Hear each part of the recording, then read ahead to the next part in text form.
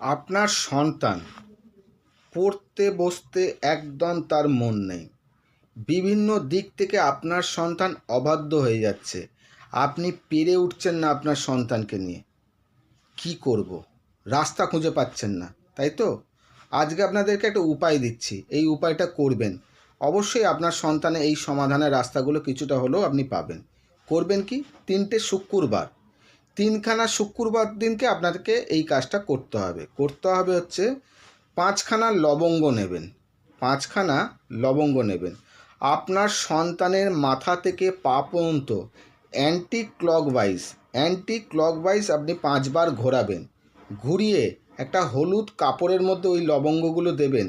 দিয়ে আপনি আপনার বাড়ির তুলসী গাছ আছে, সেই তুলসী গাছের গোড়ায় আপনি ওটাকে গিয়ে পুঁতে দেবেন। আবার পরের শুক্রবার দিনকে করবেন, আবার তার পরের শুক্রবার দিনকে করবেন। 3টে শুক্রবার